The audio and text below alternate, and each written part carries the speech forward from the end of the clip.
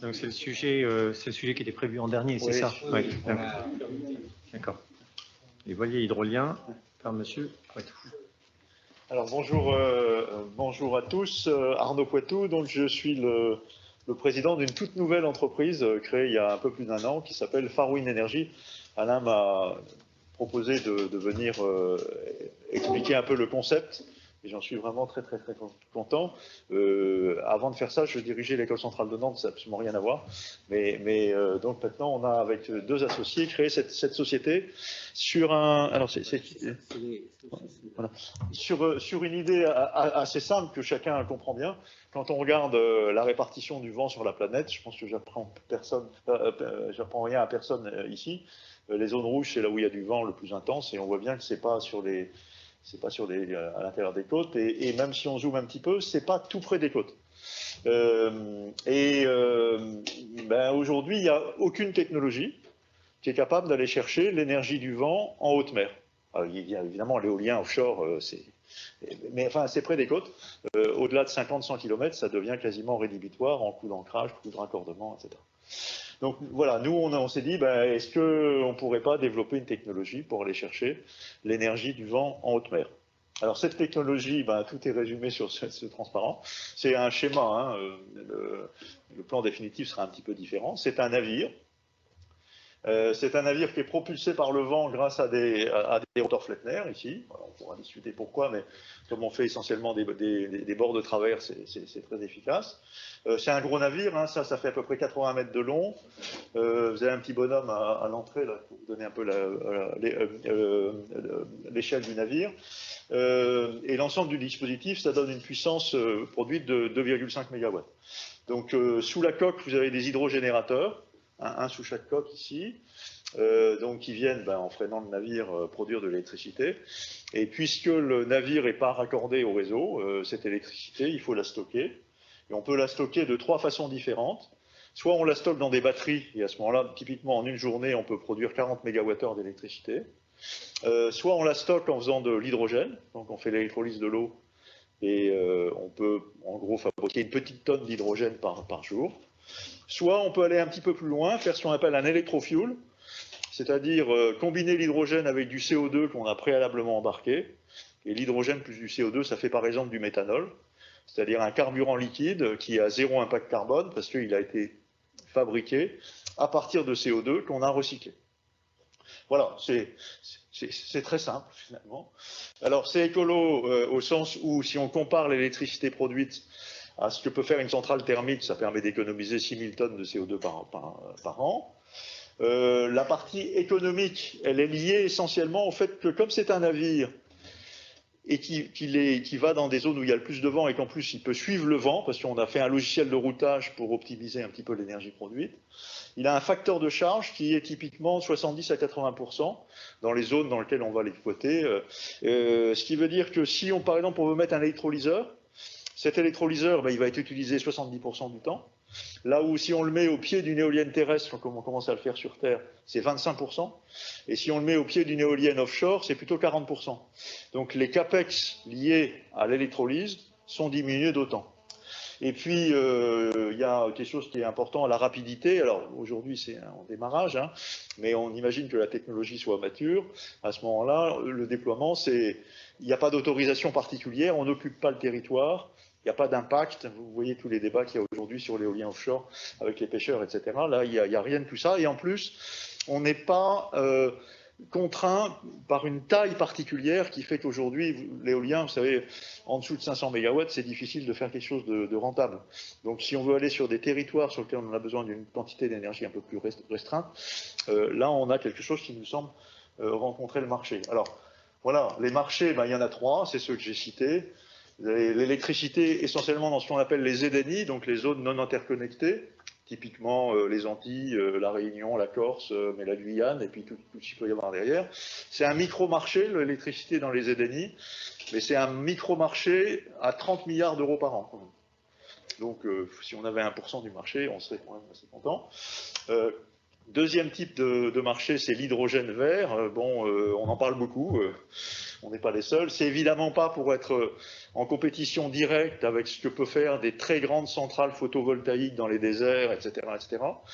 Mais d'ores et déjà, on peut produire de l'hydrogène vert à un prix qui, en usage, est moins cher que le diesel sur des camions ou sur des ferries. En usage, hein. Il faut par contre investir dans des bus qui coûtent 3 fois plus cher. Hein. Et puis les carburants liquides, les électrofuels, je pense que j'apprends à personne le fait quand même que si on veut demain faire du transport maritime complètement décarboné, pour faire Shanghai-Rotterdam, c'est pas avec de l'hydrogène ni avec des batteries qu'on va faire ça. Et donc, les carburants liquides, les électrofuels, ceux qu'on peut fabriquer à partir d'hydrogène fait à partir d'électricité, sont des candidats potentiels qui sont quand même très intéressants. Vous avez les deux grandes familles, le méthanol, j'en ai parlé, puis vous pouvez voir l'ammoniac aussi, qu'on peut faire à bord. Voilà, alors là je vais aller très, très vite. Typiquement, vous voyez, ce qu'on est en train de regarder ici, c'est en Guadeloupe. On regarde qu'est-ce qu'on peut faire. Alors en gros, on va faire un trajet qui fera une journée ou une demi-journée. Et on ramène en gros 40 MWh par jour. Le coût, ça va être en gros de 250, les premiers, 250 € du mégawattheure, mais chargé dans des batteries, et 150 €, 160 € à peu près à horizon 2030. Il faut comprendre qu'aujourd'hui, sur le marché de la Guadeloupe, le coût moyen de production de l'électricité, c'est 250 € du mégawattheure, avec dans les pointes des coûts qui peuvent être supérieurs. Vous voyez, regardez ce que j'ai mis ici. Ça, c'est typiquement ce qu'on envisage aujourd'hui, ce que la Creux envisage comme coût de l'électricité. Vous voyez qu'il y a des pointes, notamment dans le Pointe du Soir, dans lesquelles vous pouvez avoir des coûts d'électricité qui sont importants aujourd'hui. Et ça, c'est pas de l'énergie. Là, c'est pas de l'énergie pilotable. Donc, nous, on a de l'énergie qui est stockée, donc ça peut me donner de l'inertie dans le réseau. Alors, on peut aussi avoir des usages maritimes qui sont intéressants qu'on regarde aujourd'hui. Aujourd'hui, on regarde ça notamment avec le port de Pointe-à-Pitre et le port de Marseille. C'est la question de l'électrification des quais. Donc, vous savez que les ferries, quand ils arrivent dans les ports, ils font tourner leur moteur pour avoir de l'électricité à bord. Un gros ferry, c'est 10 MW de puissance. Donc aujourd'hui, tout ça, ça tourne avec des moteurs diesel dans les ports. Et je suis probablement moins compétent que beaucoup d'entre vous autour de la table pour savoir qu'aujourd'hui, il y a des enjeux qui vont être réglementaires, qui vont interdire aux navires de faire tourner leurs moteurs dans les ports. Et c'est pas si simple que ça d'amener de la puissance dans un quai. Donc nous, on discute avec certains ports la possibilité d'avoir des solutions dans lesquelles on amène évidemment des batteries qui peuvent être à couple de navires pour amener l'électricité. Voilà. L'hydrogène vert, l'idée c'est qu'on peut stocker un petit peu plus. Donc là, on peut partir typiquement sur des trajets d'une semaine et ramener 6 tonnes d'hydrogène qu'on est capable finalement de livrer à peu près en tout point de la côte. Alors aujourd'hui, dans un port, parce qu'il y a quand même un tirant d'eau assez profond, c'est 8 mètres de tirant d'eau, donc on ne va pas n'importe où, mais on peut imaginer aussi livrer ça sur une bouée de déchargement qui peut permettre, comme ça, d'amener de l'hydrogène un peu en tout point de la côte. Il faut savoir que dans le coût de l'hydrogène vert, le transport est quelque chose de très important. Donc, avec cette technologie, nous, on pense qu'on peut amener de l'hydrogène vert à certains endroits, finalement, en se passant un petit peu des coûts de transport. Voilà. Le type d'application, vous voyez, ça peut être, en gros, c'est les transports un peu lourds. La voiture peut-être après-demain, mais pas tout de suite. Puis vous avez surtout les usages industriels. J'apprends à personne l'hydrogène. En gros, quand vous faites une tonne d'acier, vous faites 1,8 tonne de CO2. Pourquoi? Parce que vous mettez du carbone pour enlever l'oxygène qu'il y a dans l'oxyde de fer. Si au lieu de mettre du carbone, vous mettez de l'hydrogène, ça peut faire vous faites de l'eau au lieu de faire du CO2. Alors ça, c'est des quantités gigantesques d'hydrogène, d'où tout ce qui actuellement sur la table sur la question de l'hydrogène. Voilà. Alors on regarde des choses à la fois en Guadeloupe et puis en Martinique. On peut faire une comparaison, si ça intéresse certains, on pourra en discuter, je vais vite parce que je pense que l'heure tourne, pour montrer que notre technologie sur l'hydrogène, ce qu'on envisage, c'est à horizon 2030 de pouvoir fabriquer de l'hydrogène à 4 € le kilo. Alors c'est beaucoup plus cher que l'hydrogène gris qui est aujourd'hui à 1,5 € le kilo, mais c'est très bien placé dans la famille de l'hydrogène vert. Voilà. Et puis pareil, on peut faire des choses aussi sur la partie électrofuel. Alors l'intérêt de faire du méthanol par rapport à l'ammoniac, c'est que le méthanol, ça peut se mettre dans un moteur actuel. le E10, le E85, ça c'est avec de l'éthanol, ça existe aussi avec le méthanol, en Chine ils ont trouvé, et vous n'êtes pas obligé de changer les moteurs. Donc par exemple, un transporteur maritime qui voudrait décarboner un petit peu son transport, il pourrait mettre 10% de méthanol sans changer le moteur. Ce qui est quand même, par rapport aux flottes de bus à hydrogène, ce qui est quand même un atout. Voilà, alors pour le méthanol, l'idée c'est, cette fois-ci, c'est vraiment d'avoir des champs de bateaux en pleine mer, qui restent en pleine mer pendant longtemps, et puis d'avoir des navettes qui vont d'un terminal sur ce champ d'exploitation, qui à l'aller amène du méthanol et au retour amène du CO2 et au retour ramène du méthanol. Voilà. Alors bon, je vais vous dire un petit peu où on est, puis je vais peut-être terminer sur ce transparent-là. Donc ça, c'est des idées qui ont germé au sein de l'École centrale de Nantes à peu près en 2015-2016. Nous, on a créé l'entreprise en 2020. On a fait une première preuve de concept qui fonctionne, qui est un petit catamaran qui fait 6 mètres de long. On a fait naviguer ça sur l'air, et puis ça fait tout ce qu'il faut. Et en plus, c'est à peu près conforme aux calculs qu'on avait fait. On va avoir une étape très importante. Là, on a levé un peu de fonds quand même, parce que tout ça, il fallait recruter du monde. Là, on est 12 dans la boîte.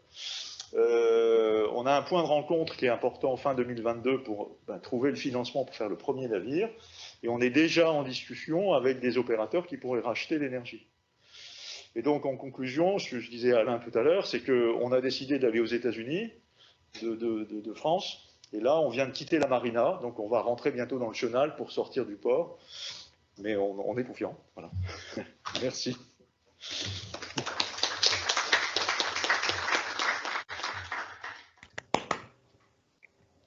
Une question sur le démonstrateur et les bateaux. C'est des bateaux qui sont exploités par un montage.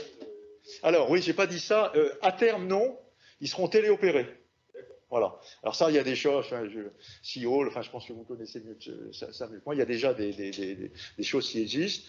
Dans un premier temps, ce qu'on envisage, c'est soit quand même, sur le premier, un équipage à bord, soit un petit bateau accompagnateur qui téléopérera mais en proximité immédiate du premier navire à l'échelle 1. En tout cas, le premier petit démonstrateur qu'on a fait de 6 mètres, il est téléopéré à partir d'un petit Zodiac qui est à côté. Alors autonome, on aimerait bien, c'est qu'après, faut quand même discuter avec l'Organisation mondiale de la mer. Enfin, on a déjà pris pas mal de contacts, mais c'est pas si simple que ça d'envoyer des drones. Voilà. Il faudra se poser la question à ce moment-là du risque par rapport au transport maritime, si on a des flottes entières de trucs. Oui, mais la mer est grande. Oui, mais l'océan est très grand et nous, on n'a pas du tout envie d'aller sur les routes maritimes. Il y a plein d'endroits sur l'océan où il n'y a pas de route maritime et où on peut récupérer de l'énergie. Alors aujourd'hui, les premiers déploiements qu'on a, c'est sur la route des Alizés, et ça, c'est plutôt sur des choses à la journée, voire à la semaine. Et donc là, on va téléopérer. Mais dans un deuxième temps, si vraiment on veut faire de l'exploitation type électrofuel, c'est-à-dire méthanol ou ammoniac, ça, ce serait plutôt des champs qui resteraient à demeure sur des zones qui sont cette fois-ci loin des routes maritimes, et sur lesquelles, à ce moment-là, il y aura des ravitailleurs qui viendront et qui repartiront. Mais la question d'opération des navires, c'est évidemment un point clé. Oui. Un point qui m'a intrigué, c'est que en fait, vous faites beaucoup de transformation d'énergie. Oui. Alors, et je me suis demandé globalement quel est le rendement de ce truc, parce que... Oui, alors il y a plusieurs réponses à ça. Alors je vais faire une réponse de Normand. Je suis né à Cherbourg, hein, mais la première chose, c'est quand vous regardez une cellule photovoltaïque, son rendement est dégueulasse, mais on est très content d'avoir ça. Aujourd'hui, on peut faire de l'électricité photovoltaïque à 25 € du mégawattheure. Donc, c'est pas parce que le rendement est mauvais que le prix est pas bon. Ça, c'est une première chose. La deuxième chose, voilà. Et oui, c'est ça. Le vent est gratuit et les soleils gratuits.